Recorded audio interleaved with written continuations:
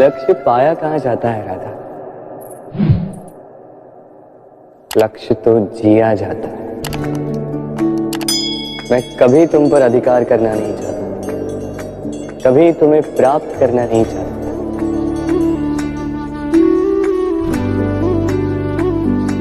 क्योंकि प्रेम भी लक्ष्य की ही भांति पाया नहीं, जिया जाता है।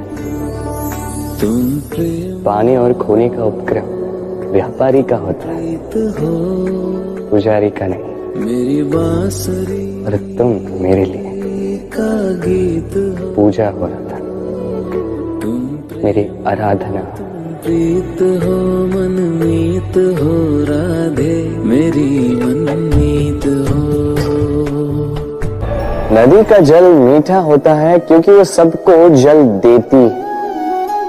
सागर जल लेता है, इसीलिए खारा होता है।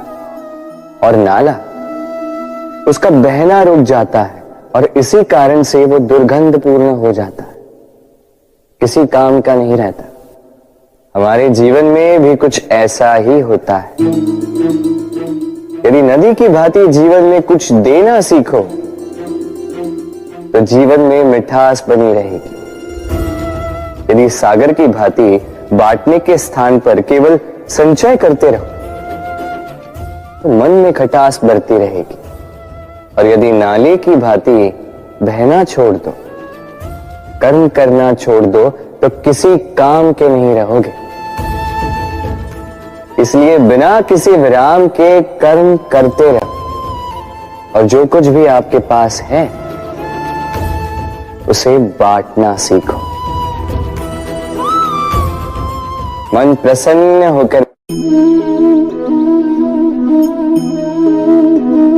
मेरे आसपास ये वृक्ष, ये पौधे, ये पुष्प देख रहे हैं आप? है ना सुंदर? क्योंकि आपने इन्हें देखा है। इसी प्रकार जब प्रेम की बात आती है, लोग किसी का मुख स्मरण कर लेते हैं। ऐसी आंखें, वैसी मुस्कान, तिरछी भ्रूकुटी, घने केश, पर क्या यही प्रेम का अस्तित्व है? नहीं, ये उस शरीर का अस्तित्व है जिसे हमारी आंखों ने देखा और हमने स्वीकार कर लिया। परंतु प्रेम भिन्न है। प्रेम उस वायु की भांति है जो हमें दिखाई नहीं देता, किंतु वही हमें जीवन देता है। संसार किसी स्त्री को कुरूप कह सकता है क्योंकि वो उसे अपनी तन की आंखों से देखता है, परंतु संतान उसी माता को संसार में सबसे सुंदर समझती है क्योंकि वो भाव से जुड़ी। तन की आंखों से देखोगे तो वैसे भी पहचान नहीं पाओगे जैसे राधा मुझे पहचान नहीं पाई। इसलिए यदि प्रेम को समझना है तो मन की आंखें खोलो और प्रेम से कहो राधे राधे। जब भी प्रेम की बात आती है, हम सबसे पहले मन में एक नायक और एक नायिका का चित्रण कर लेते हैं। क्यों? आपके साथ भी यही होता है ना? पर क्या प्रेम केवल नायक नायिका के आकर्षण का बंधन है? नहीं, प्रेम तो परिवार से हो सकता है, माता पिता भाई बहन से हो सकता है, सखा मित्रों से हो सकता है, देश और जन्मभूमि के लिए हो सकता है, मानवता के लिए हो सकता है, किसी कला के लिए हो सकता है, इस प्रकृति के लिए हो सकता है।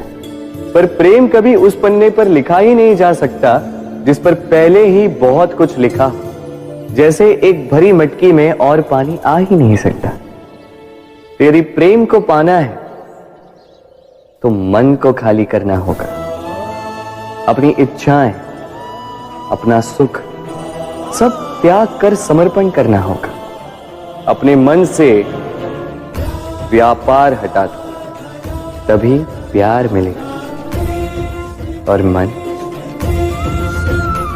प्रसन्न होकर बोले, राधे राधे। प्रेम विधाता की सबसे सुंदर कृति, परंतु हर कृति को संभालना पड़ता है। अब इसी मूर्ति को देख लीजिए। जब कलाकार ने इसे रचा तब ये बहुत सुंदर थी, परंतु इसके पश्चात इसे संभाला नहीं गया। इसके स्वामी ने इसके देखभाल का कर्तव्य ठीक से नहीं निभाया और अब यह मूर्ति असुंदर लगने लगी। इसी प्रकार केवल कह देने से प्रेम नहीं हो जाता।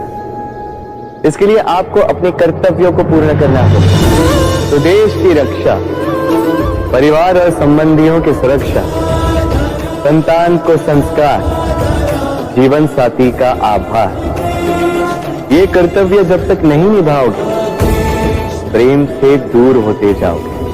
तो यदि प्रेम का अमृत पाना है तो कर्तव्य की अंजलि बनानी होगी और मन से कहना होगा, राधे राधे। प्रेम संसार का सबसे पवित्र बंधन है, पर सच पूछो तो ये बंधन से मुक्ति है, स्वतंत्रता है।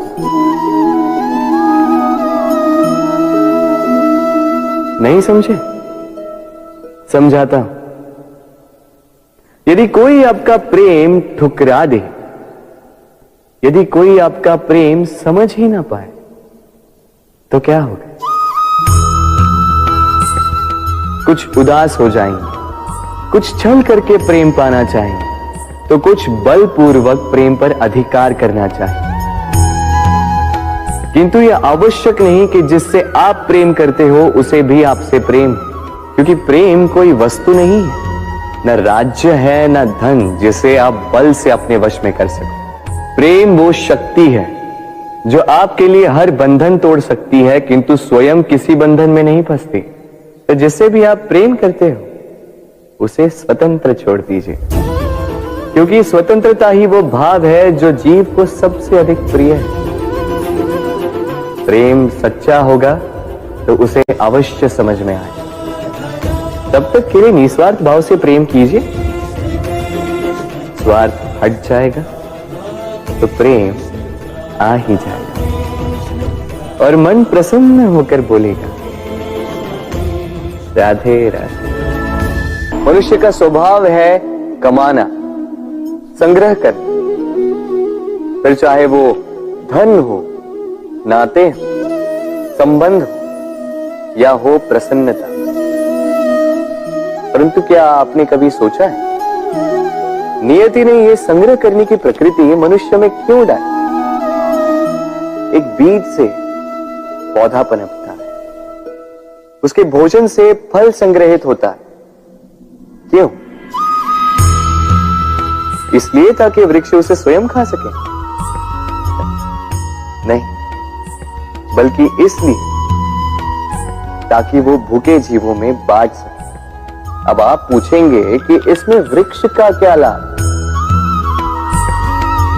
लाभ है, क्योंकि जो बांटता है वो मिटता नहीं। जो फल ये जीव खाते हैं वो उसके बीजों को वातावरण में बिखेर देते हैं, जिससे जन्म लेते हैं नए वृक्ष। उसकी जाति, उसका गुण, उसकी मिठास अमर हो जाती है। इसलिए स्मरण रखिएगा, अमीर होने के लिए एक एक क्षण संग्रह करना पड़ता है, किंतु अमर बनने के लिए एक एक कण बांटना पड़ता है। राधे राधे। मन बड़ी ही विचित्र कृति है ये मन।